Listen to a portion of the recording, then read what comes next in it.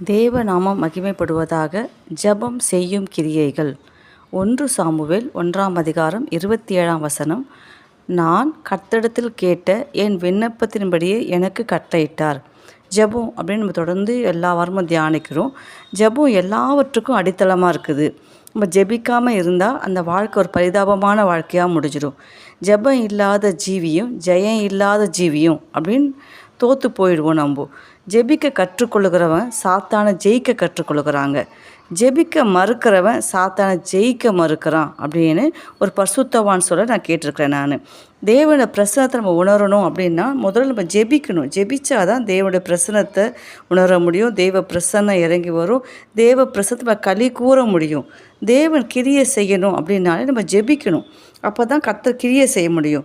அநேகருடைய ஜெபத்தில் எப்படிலாம் கர்த்தர் கிரியை செஞ்சார் அப்படின்னு பார்த்தீங்கன்னா, லூக்கா 3ஆம் அதிகாரம் 21ஆம் வசனம் சொல்லுது, ஜெபத்தின் மூலமாக வானம் திறக்கப்படுது. அப்போ வானம் திறக்கப்படணும் அப்படின்னா ஜெபிக்கணும். ஜெபிக்காத பட்சத்தில் நமக்காக வானம் வெண்கலமாக ஆகிடும். வானம் இரும்பு போல் ஆகிடும். நமக்காக கர்த்தர் வானத்தின் பலகணிகளை திறக்கணும், வானத்தை திறக்கணும் அப்படின்னா கண்டிப்பாக நம்ம ஜெபிக்கணும் ஜெபிக்கணும் ஜெபிக்கணும். எழுப்புதலை தேசத்தில் கொண்டு வரணும். ஒரு வீட்டில் எழுப்புதலை கொண்டு வரணும். பிள்ளைகள் வாழ்க்கையில் எழுப்புதல் வரணும். நம்ம வாழ்கிற நாட்டில் எழுப்புதல் வரணும் அப்படின்னா கண்டிப்பாக ஜெபம் முக்கியம். ஜெபந்தான் அடித்தளம். ஜெபந்தான் அஸ்திபாரமாகுது. 1 ராஜாக்கள் 18ஆம் அதிகாரம் 36ஆம் வசனத்தில் எழுப்புதலை கொண்டு வரணும் அப்படின்னா ஜெபிக்கணும். அப்புறம் எஸ்ராவின் புத்தகம் 10ஆம் அதிகாரம் 12ஆம் வசனம் சொல்லுது, மனம் திரும்புதலை கொண்டு வரணும் அப்படின்னாலே நம்ம ஜெபிக்கணும். ஜெபிக்கும் பொழுது தான் ஒரு மனுஷனுக்குள்ளே மனம் திரும்புதல் வரும். மனம் திரும்பினாதான் அவன் பரலோக ராஜ்யத்தை உணர முடியும். தேவனுக்காக கிரியை செய்ய முடியும். தேவ ராஜ்யத்தை கட்ட முடியும். தானியேல் 9ஆம் அதிகாரம் 23ஆம் வசனம் சொல்லுது, கட்டளை வெளிப்படுத்தணும். நமக்குரிய ஆசீர்வாதங்கள் நமக்குரிய கட்டளைகள் வெளிப்படணும்னா ஜெபிக்கணும். தானியேல் வழக்கம் போல் 3 வேளையும் ஜெபிச்சாரு. அப்போ தேவனுடைய கட்டளை தானியேலுக்கு வெளிப்படுது. அப்போ கட்டளைகள் நம்ம வாழ்க்கையில் வெளிப்படணும் அப்படின்னா கண்டிப்பாக ஜெபிக்கணும்.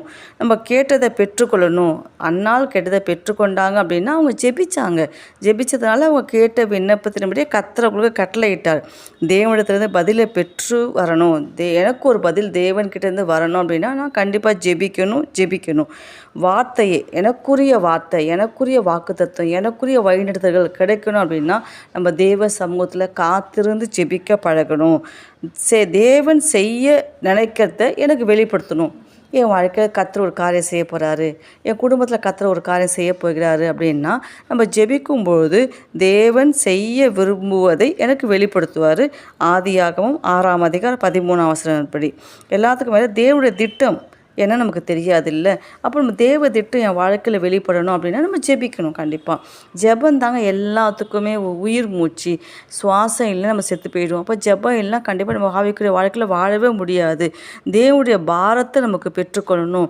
அதாவது கர்த்தர் என்ன நினைக்கிறாரு, கர்த்தர் என்ன யோசிக்கிறாரு, கர்த்தர் என்ன செய்கிறாரு, அவர் இருதயத்தின் பாரத்தை நம்ம அறிந்து கொள்ளணும் அப்படின்னா ஜெபந்தான். தேவனுடைய சிநேகிதனாக நம்ம மாறணும். அவர் ஆபிரகாமை சொன்னார், நீ என் சிநேகிதன், நான் உன்னை சிநேகித்தேன் அப்படின்னு சொன்னார்னா அப்போ ஜெபந்தான். ஜெபிக்கிற ஒரு மனுஷனோட தேவன் சிநேகிதனை போல் பழகுவார். தேவனோட முகமுகமாக மோசே பேசினார்னா இரவும் பகலும் 40 நாள் சீனாய் மலையில் அவர் காத்திருந்து ஜெபிச்சதுனால்தான் தேவன் முகமுகமாக மோசையோடு பேசினார். தேவனுடைய கண்கள் நமக்கு கிருபை கிடைக்கணும் அப்படின்னா ஜெபிக்கணும். தேவனோட நம்ம சம்பாஷிக்கணும். நான் அவரோட கூட பேசணும். ஆண்டவர் இந்த ஒரு விசை மன்னிச்சுக்கோங்கப்பா, இந்த ஒரு விசை அப்படின்னு நம்ம போய் அவர்கிட்ட சம்பாஷணை பண்ணோன்னா கூட நம்ம ஜெபிக்கணும். ஜெபிச்சாதான் அவரோடு போய் நம்ம சம்பாஷிக்க முடியும். அப்போ தேவனுடைய சத்தத்தை நம்ம கேட்கணும் அப்படின்னா நமக்குள்ளே ஜெபம் இருந்தால் தான் தேவ சத்தம் எல்லாம் உலகத்தின் சத்தமோ மாம்சத்தின் சத்தமோ அப்புறம் தீய மனுஷோட சத்தமாக நம்ம காதில் கேட்கும். தேவ சத்தம் என் வாழ்க்கையில் கேட்கணும், என் காதுகளில் கேட்கணும்னா நான் ஜெபிக்கணும். தேவ தூதர்களை சந்திக்க வைக்கணும்னா ஜெபிக்கணும் தான். சொப்பனம் தரிசனம் இதெல்லாம் வரணும் அப்படின்னா ஜெபத்தில். யோசேப்பு வாழ்க்கையில், தானியேல் வாழ்க்கையில், யோவானுடைய வாழ்க்கையில் தரிசனங்கள் வந்துச்சு, சொப்பனங்கள் வந்துச்சுன்னா அவங்க மணிக்கணக்காக தேவ சமூகத்தில் காத்திருந்து ஜெபிச்சாங்க. அதனால தான் அவங்களுடைய சொப்பனங்கள் தரிசனங்களை பெற்றுக்கொண்டாங்க. ஞான திருஷ்டி அடையணும் அப்படின்னா நமக்குள்ள ஜெப ஆவி இருக்கணும், ஜெப அபிஷேகம் இருக்கணும், ஜெபம் இருக்கணும். அப்போ தான் நம்ம ஞான திருஷ்டி அடைய முடியும். அப்போஸ்தலர் நடபடிகள் 10ஆம் அதிகாரம் 10ஆம் வசனம். அப்புறமா வேதத்தில் மறைப்பொருட்கள் நம்ம நிறைய பேருக்கு சொல்லுவாங்க, நான் பைபிள் படித்தேங்க புரியவே இல்லைங்க, ஆனால் படிச்சுட்டு தேங்க இருக்கிறேன், அந்த வசனம் எனக்கு புரியலைங்கன்னா நீ ஜெபத்தில் பரிசுத்த ஆவியின் பலன் கொண்டு ஜெப ஜெபத்தில் மூழ்கி ஜெபிச்சுட்டு வேதத்தை வாசித்து பாருங்கள். கண்டிப்பாக வேதத்தின் மறைப்பொருள்களை கர்த்தர் நமக்கு வெளிப்படுத்துவார். அனுதின மன்னாவாகிய வார்த்தையை நமக்கு கர்த்தர் கொடுப்பார். உள்ளான மனுஷன் நம்ம பலப்படணும் அப்படின்னா கண்டிப்பாக ஜெபம் நமக்கு முக்கியம். அப்போ தான் நம்மளுக்கு உள்ளான மனுஷன் பலப்பட முடியும். எல்லாத்துக்கும் மேலே பிரகாசமான மனக்கண்கள் நமக்கு வேணும்னா ஜெபிக்கணும். ஜெபிக்க தான் இந்த சொல்கிறது கர்த்தர் நம்மளோட மனக்கண்களை திறந்து கொடுப்பாரு. இந்த உலகத்தின் கண்கள் அல்ல, நம்மளோட மனக்கண்கள் பிரகாசிக்க வேணும். நம்மளோட மனக்கண்கள் திறக்கப்படணும் அப்படின்னா நம்ம ஜெபிக்கணும். ஆவிக்குரிய கண்களை திறக்கத்தும் ஜெபந்தான். நம்ம இருதயத்தை லீதியாயின் உள்ளத்தை கர்த்தர் திறந்தார்னா ஜெபம் இருந்துச்சு. அந்த அம்மாவுக்கு கர்த்தர் லீதியாயின் உள்ளத்தை திறந்தார். ஊழியம் செய்யணும் அப்படின்னா கண்டிப்பாக ஜெபிக்கணும். ஜெபிக்காத ஊழியம் செஞ்சால் அது மாம்ச வாடை அடிக்கும். அந்த ஊழியம் தேவனுக்கு ஏற்றது அல்ல. ஊழியம் அப்படின்னாலே நம்ம ஜெபிக்கணும். எங்கள் ஊழியக்காரர் அடிக்கடி சொல்லுவார், நம்ம கர்த்தருக்கு செய்கிற எல்லாமே வேலைன்னு சொல்லக்கூடாது. ஏன்னா வேலைன்றது உலகத்தில் செய்யறது, கர்த்தருக்கு செய்யறது எல்லாமே ஊழியம். பெருக்கிறது ஒரு ஊழியம், மைக் போடுறது ஒரு ஊழியம், பாய் போடுறது ஒரு ஊழியம், செருப்பு அடுக்கி வைக்கிறது ஒரு ஊழியம், சேர் போடுறது ஒரு ஊழியம், ஊழியக்காரருக்கு உதவி செய்யறது ஒரு ஊழியம், சபையில் பாட்டு பாடுறது ஊழியம். மைக் பிடிச்சி பிரசங்கம் பண்ணால் தான் ஊழியம் இல்லை. நம்ம சபையில் செய்கிற சிறிதும் பெரிதுமான எல்லாவற்றையும் நம்ம ஊழியம் தான் சொல்ல மாதிரி, அதை வேலைன்னு சொல்லக்கூடாது. சாமுவேல் சின்ன பிள்ளையாக இருக்கும்போது அந்த அண்ணாள் கொண்டு போயிட்டு தேவனுக்கு பணிவிடை செய்யும்போது விட்டாங்க. அவர் ஆலயத்தில் பணிவிடை செய்தார். அது செய்தது ஊழியம்.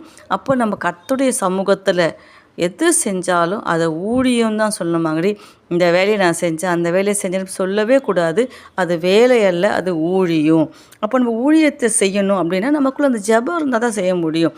ஜெபம் எல்லாம் என்னை பெருக்க சொல்கிறாங்களே, என்ன சேர் போட சொல்கிறாங்களே, என்ன போய் மேட் எடுத்து வைக்க சொல்கிறாங்களே, என்ன போயிட்டு டீ வாங்கிட்டு வர சொல்லி அனுப்புகிறாங்களே, அப்போ உனக்கு அதில் வேலையாகிடுது. உனக்குள்ளே ஜெப ஆவி இல்லை. ஜெப அபிஷேகமும் ஜெப அட்மாஸ்பியர் உனக்குள்ள ஜெப பிரசன்னமும் ஜெபிக்கிற ஒரு மனுஷனாக இருந்தால் நீ எதையும் கர்த்தருக்காக எப்போவும் எப்படியும் நான் செய்யறது வேலையில் நான் கர்த்தருக்கு மனப்பூர்வமாக ஊழியம் செய்கிறேன்ட்டு உன்னை ஊழியத்துக்கு அர்ப்பணை செய்ய வைக்கிறதுனா ஜெபந்தான். நமக்குள்ளே அழைப்பு வரணும், நம்ம ஊழியத்தில் தரிசனங்களை நிறைவேற்றணும், ஊழிய திட்டத்தை நிறைவேற்றணும்னா நமக்குள்ளே ஜெபம் இருக்கணும். வரங்கள் நமக்குள்ளே கிரியை செய்யணும்னா ஜெபம் இருக்கணும்.